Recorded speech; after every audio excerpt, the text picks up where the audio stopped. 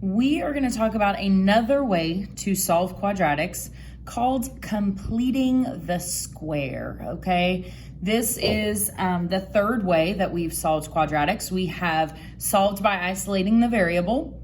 We have solved by factoring when you have unlike terms, and so you can't isolate the variable because they can't be combined. And now we are learning how to complete the square when factoring is not working out just real easily. So background information we need to make sure that we're good on, okay, is if I ask you to factor this trinomial, right? I want to break it down into the multiplication problem that it came from. Because this is a simple trinomial, because I don't have a number in front of x squared, both of my factors can automatically just jump ahead with an x in the beginning, okay? So x times x. Remember, the back part of my factors in a simple trinomial will always add together to make that center term. They will multiply together to make the back term. So I'm looking for two numbers that will add to make 10, but multiply to make 25. In this case, pause if you need to get a little more time, but it is going to be a positive 5 and a positive 5. To confirm this, I could set up a box and multiply it through, but that's my two factors, okay? The other way that you can write this is the same because it's x plus 5 times itself. You could write it as x plus 5 squared. This is actually a specific type of factoring that pops up enough it gets its own place on the formula chart, okay? It's called a perfect square trinomial. And if you look, what this is saying is, okay, you get the x squared in the beginning. The middle number is double your factor, and the back number is the square of your factor, okay? So to kind of make that make a little bit more sense, if you double this 5 plus 5, you get the middle term. If you do 5 times 5, it makes the back term. And in the beginning, we just have an x times an x, okay? And so you can just skip to, if you recognize that this is double something and square of the same thing, you can go, oh, so it's x plus 5 perfectly squared, okay? Now, so that's one thing we need to know, is that when you are factoring, that is a perfect square factor. The other thing I want to kind of bring back and remind you of is when we have a quadratic setup like this, I don't actually see unlike terms. So I'm going to isolate the variable. If you remember in this situation, when it's in parentheses, the first thing we're actually going to cancel out is that exponent. And so the opposite of squaring, the inverse of squaring, is to take the square root of both sides. Now on the left-hand side, literally all that is doing is just canceling out the squared. You're not actually doing any math with that. And so you now end up with, okay, so x plus 5 has to equal the square root of 49. What times itself equals 49? Well, 7 times 7 is 49. But also remember, anytime you take a square root, you have to consider that also a negative 7 will work. Okay, you get two answers every time you take a square root, the positive answer and the negative answer. Now, to finish figuring out what x has to be, I'm going to subtract that 5 from both of my answer options. And so x can equal a 2, or x can equal a negative 12.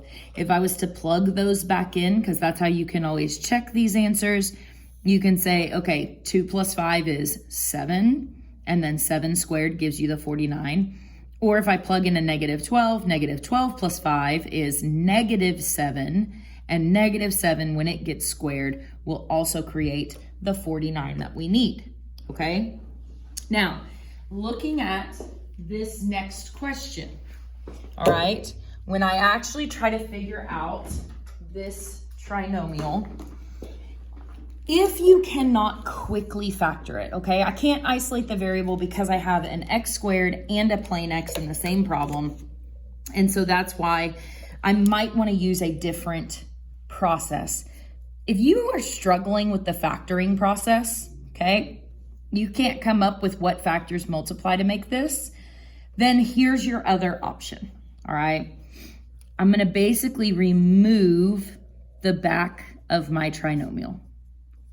I'm gonna just simplify this a little bit to be x squared plus 10x, and then 0 plus 24 would be 24 because I canceled it out on this side. I'm gonna basically create a trinomial that I find easier to factor, okay? It's gonna go back up to this process that we said in the beginning.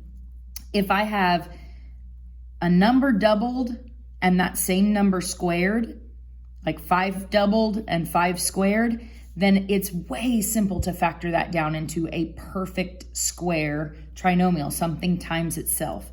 So I already know from the example up there that if I can add a 25 on, then I know that this is gonna be a really easy problem to factor, okay? If I add 25 to the left-hand side of an equation, you also have to repeat that process on the other side, okay?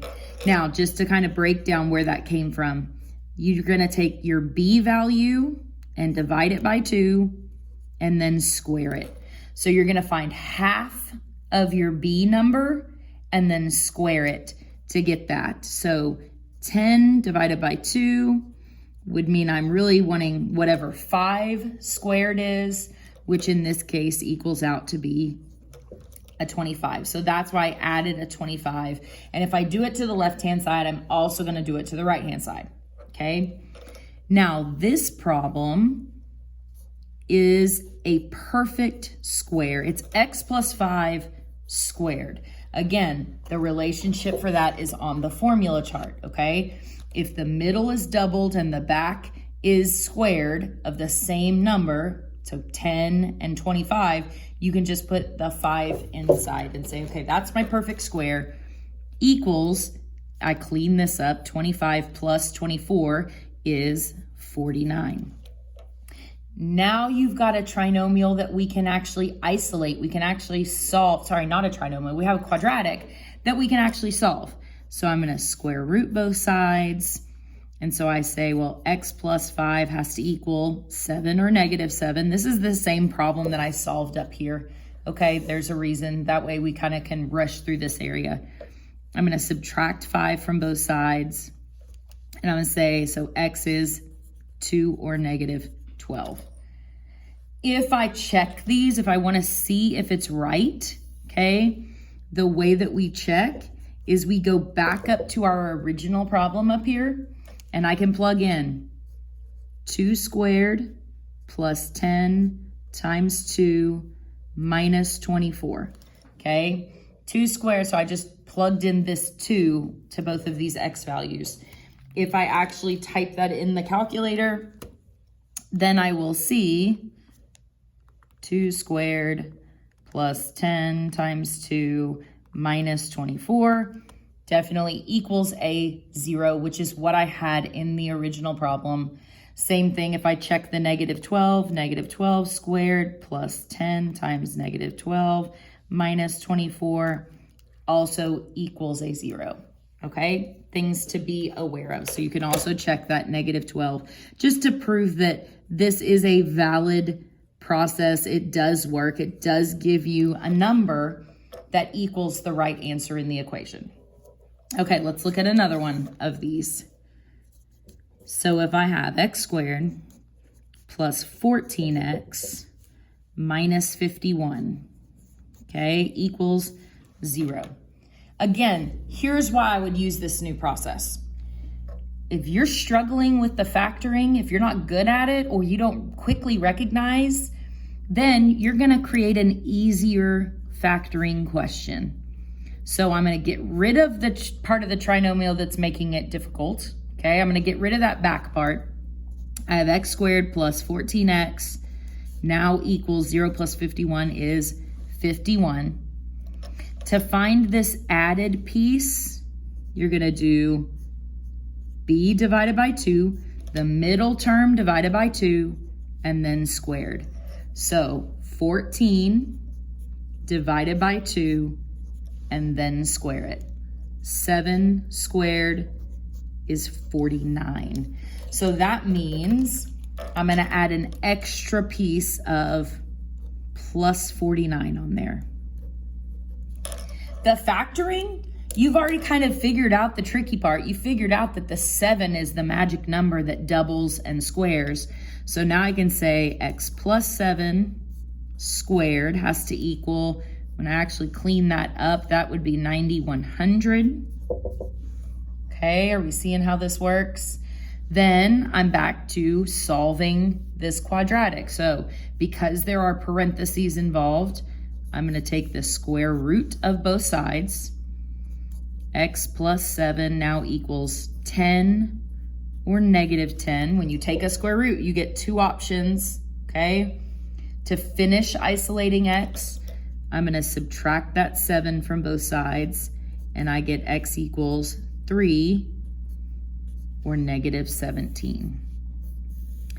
So this process of completing the square, you're creating a perfect square situation by introducing a 49, okay? You just have to remember that you're also gonna introduce it on the other side.